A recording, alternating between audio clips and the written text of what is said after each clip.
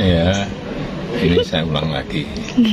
Tidak pernah yang namanya saya minta perpanjangan atau 3 periode kepada siapapun. Tanyakan saja ke Ibu Mega, atau tanyakan saja ke Mbak Puan, atau tanyakan saja ke partai-partai. Kapan, di mana, atau siapa yang saya utus? Enggak pernah ada. Ya. Jadi jangan menjadi framing jahat seperti itu. Pak Jokowi menyangkut dengan 3 periode. Saya ingin mengatakan begini ya, sebelum saya menjadi Ketua Umum Golkar, tolong dicatat baik-baik ya. Sebelum saya menjadi Ketua Umum Golkar, ide pertama yang mengeluarkan untuk Pilpres ditunda itu adalah ide Menteri Investasi, yaitu saya. Dan saya sudah ngomong berkali-kali, ide itu tidak pernah waktu itu Presiden Pak Jokowi dulu memerintahkan kepada siapapun. Jadi rasanya agak sok tahu juga kelihatannya ya. Itu yang ngomong itu pertama saya ketika saya menjadi penanggap dari surveinya Pak Burhanuddin Muhtadi. Kalau COVID ini belum berakhir, maka ekonomi kita itu akan semakin dalam pertumbuhannya. Maka kemudian dibuatlah beberapa skema. Kalau memang dapat dipertimbangkan secara aturan memperbolehkan, ya kalau boleh pilpresnya ditunda, pemilunya mundur, itu soal lain. Jadi nggak ada yang minta 3 periode. Jadi jangan diputar kaset kotor dong, kaset rusak itu loh. Makanya pemimpin negara itu harus otaknya bersih lah gitu ya. Harusnya yang dituntut itu saya. Ya, sobat semuanya, ini ada berita atau perdebatan yang menarik ya mengenai sebab retaknya hubungan Jokowi dan Megawati Soekarno Putri. Salah satunya adalah wacana 3 periode. Wacana 3 periode itu yang konon katanya bikin Jokowi ngambek karena tidak didukung oleh Megawati Soekarno Putri. Lalu Bahlil mengaku bahwa wacana 3 periode itu dia yang memulai inisiatif sendiri, kata Bahlil. Tapi kata Rocky Gerung, apa mampu dia berpikir sampai ke situ ya? Jadi sebelum kita mengulas ini, sahabat daerah sekalian, coba kita baca dulu ya beritanya. Lalu nanti kita akan ulas ya. Oke, coba kita lihat ya.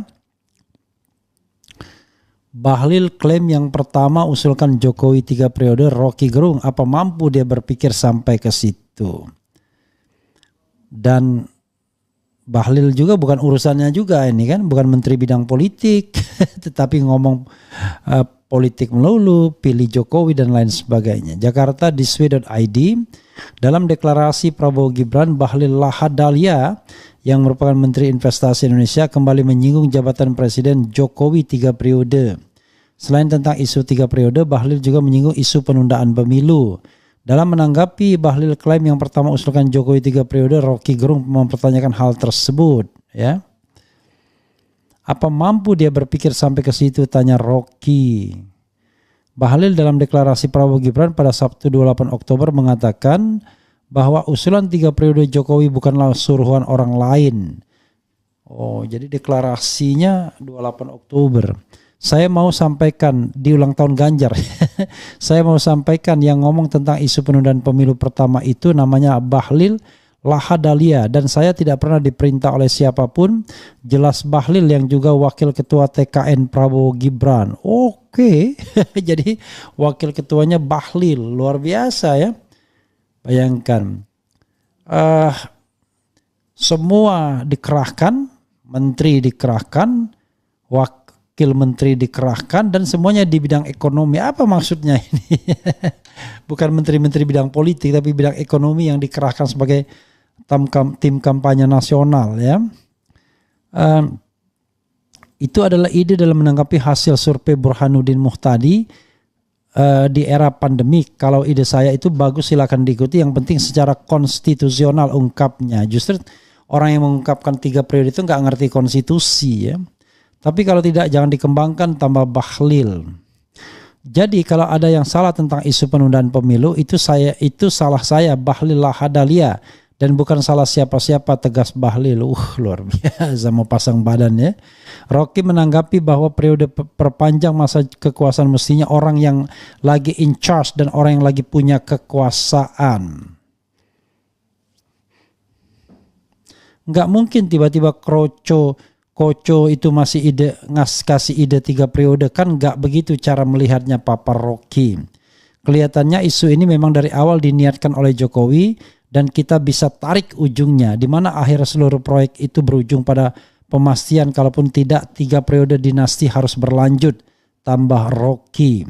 Selain itu Rocky menjelaskan bahwa Jokowi ketagihan akan kekuasaan, dia telah melihat bagaimana kekuasaan menjadi wali kota, gubernur dan presiden. Semua orang merasa bahwa hanya karena Jokowi belum puas dengan masa jabatannya, maka dia berusaha cawe-cawe. Dan itu berlanjut sampai soal Gibran tambah Rocky. Jadi cawe-cawe itu cawe-cawe. Kita mesti pastikan satu hipotesis untuk mengatakan bahwa Jokowi dari awal merancang dirinya untuk jadi otoriter, untuk jadi totaliter, untuk jadi tiran. Walaupun penampilan Jokowi kerakyatan, tapi mental dan karakter otoritarian itu ada di dia, tambah Rocky. Ya, saudara sekalian, the question is, siapa sesungguhnya yang menginginkan ya penundaan tersebut atau 3 periode. Tapi sebelumnya saya memberikan berita yang baik ya, bahwa dari Aziz Yanuar insya Allah besok itu Senin tanggal 30 Oktober. Oh, Senin 30 Oktober besok itu ya. Mas 30 Oktober ya. Itu akan menyambut akan ada kebebasan Munarman, Haji Munarman ya. Bebas murni dari kriminalisasi melalui instrumen penegakan hukum terorisme. Dan kita tahu bahwa 4 tahun itu putusan PN, kemudian 4 tahun putusan PT, dan di Mahkamah Agung 3 tahun ya. Nah, mudah-mudahan orang yang menghukum Munarman ini mendapatkan balasannya ya, kalau ternyata Munarman tidak bersalah ya. Jadi dan dia sudah jalani 2,5 tahun ya, lebih dari 2/3 saya kira, dan kemudian besok itu bebas murni. Jadi dia nggak mau bebas yang bebas bersyarat bikin ribet. Jadi bebas murni 2,5 tahun. Welcome back ya Mr. Munarman. Mudah-mudahan kita bisa mengundangnya lagi ya di sini ya untuk sekedar bercakap-cakap kembali dengan Munarman. Nanti besok kita tampilkan lagi ya percakapan kita dengan Munarman ya pagi besok. Ya, saudara sekalian, kalau isu sih saya mendengar ya, itu pasti didesain dari kekuasaan puncak yang melibatkan ya 1-2 orang saja. Tetapi yang jelas di situ ada percakapan yang melibatkan Presiden Jokowi sendiri untuk 3 periode tersebut. Nah, ketika isu untuk perpanjangan atau 3 periode tersebut sudah diinginkan oleh Presiden Jokowi, maka kemudian orang seperti Bahlil, termasuk Muhaimin dulu ya, termasuk juga Erlangga Hartarto kalau tidak salah, itu menjadi messenger, pengirim pesan, termasuk Luhut Binsar Panjaitan ya. Luhut Binsar Panjaitan saya kira bukan tidak sekadar pengirim pesan, tapi juga barangkali orang yang sangat punya pengaruh terhadap wacana tersebut. Maka pesan itu disampaikan dan hampir berhasil. Tapi Megawati dan PDIP lah yang menolak isu itu. Sampai kita mengundang Masinton Pasaribu di sini karena paling kuat dia menolak isu tersebut.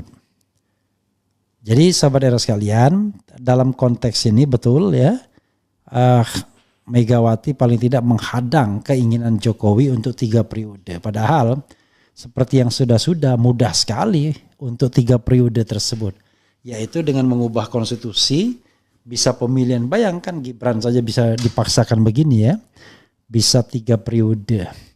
Nah fortunately barangkali orang mencoba-coba ke MK, bisa nggak? MK nggak mungkin mengubahnya. Kalau MK mengubah dari 2 periode ke 3 periode itu gila namanya MK, itu sudah ceto welo-welo ya. Maka yang paling mungkin adalah perubahan konstitusi. Tapi perubahan konstitusi tanpa disetujui oleh Megawati Soekarno Putri dan PDIP tidak mungkin terjadi ya. Kira-kira ya berjasa lah ya. PDIP dalam konteks ini menghadang agar tidak 3 periode. Pertanyaannya adalah kenapa mereka tidak mau 3 periode? Nah, saya kira ada hitung-hitungan politik juga, tidak hanya sekedar soal konstitusi ya. Gini hitung-hitungan politiknya. Kalau Jokowi 3 periode, ini hitungan dari saya ya. Kita tahu bahwa Megawati sudah sepuh katakanlah. Ya, dia kelahiran tahun 47.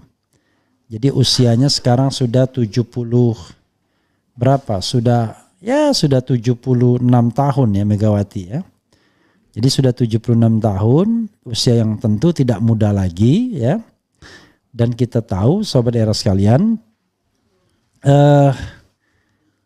apapun bisa terjadi kan. Termasuk juga misalnya sekarang 76 tahun dia. Termasuk juga misalnya bagaimana estafet kepemimpinan di PDIP dan lain sebagainya.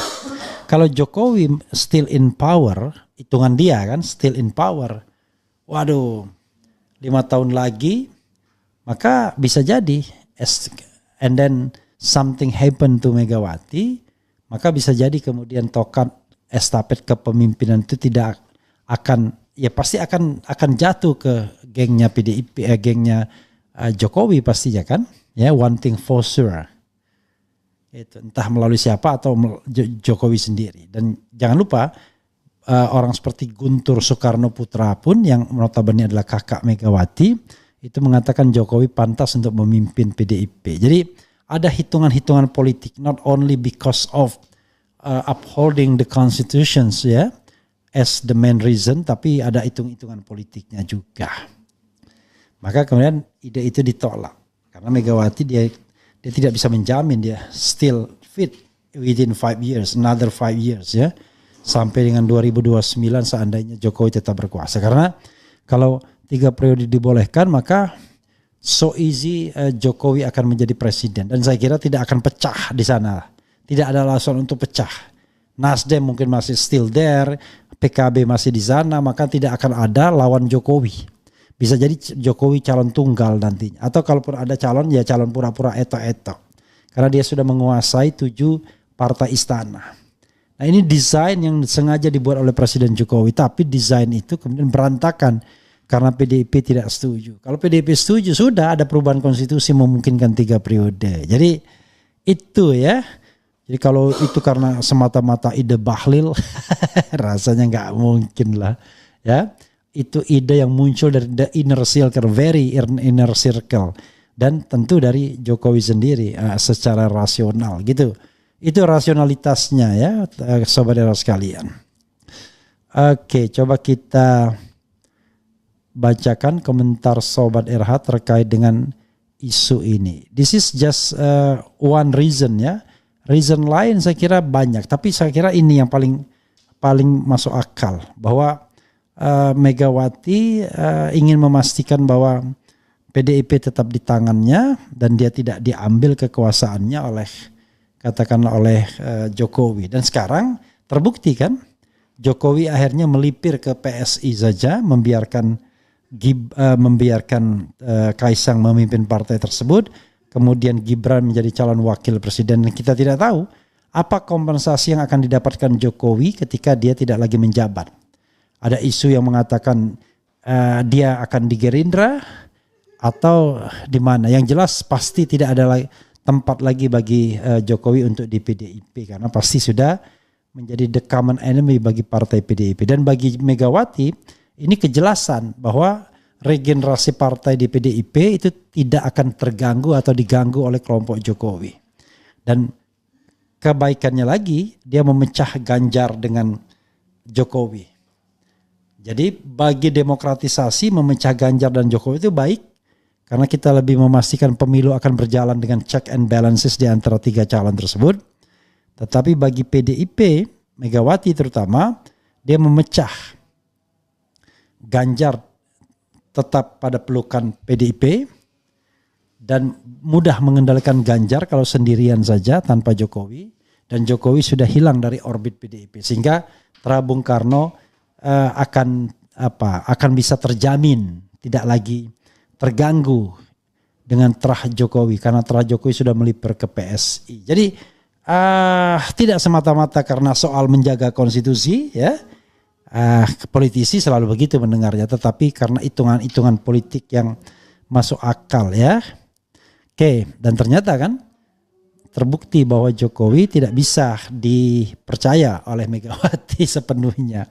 Karena ternyata dia bisa ambil alih kekuasaan Megawati di PDIP kalau seandainya dibiarkan. Oke. Coba kita bacakan komentar Sobat RH terkait dengan hal ini ya. Oke.